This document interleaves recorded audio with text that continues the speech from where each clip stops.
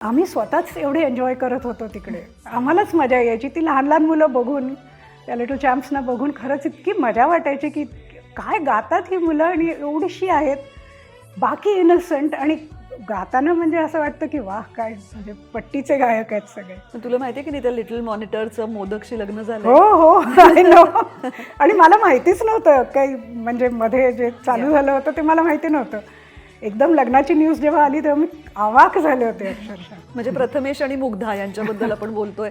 प्रथमेश मुग्धा तुम्ही ऐकत असाल तर तुम्हाला मजा वाटेल हे ऐकून. नाही नाही खूप गोड आहे. फार गोड जोडपं आहे दोन्ही. दोघं जण इतके गोड आहेत, गोड गातात. And I am so happy that they are together. आणि मला गंमत अशी वाटते किंवा मला छान वाटतं की त्या 5 जणांपैकी सगळे अजूनही काम करतायत, अजूनही गातायत. हो. आणि ह्याच्या पाठीमागे ना कुठेतरी त्यांच्या आईवडिलांचा खूप मोठा हात आहे. त्यांचं ज्या पद्धतीने संगोपन झालं आहे ना त्या मुलांचं. कारण मी स्वतः चाइल्ड ॲक्टर असल्याकारणाने मी बऱ्याच अशा लहान मुलांच्या आईवडिलांना बघत आलेली आहे. पण हे सगळेजण खूप वेगळे आहेत. आणि त्यांनी प्रत्येकाने खूप इन्व्हेस्ट केलं आपल्या मुलांमध्ये.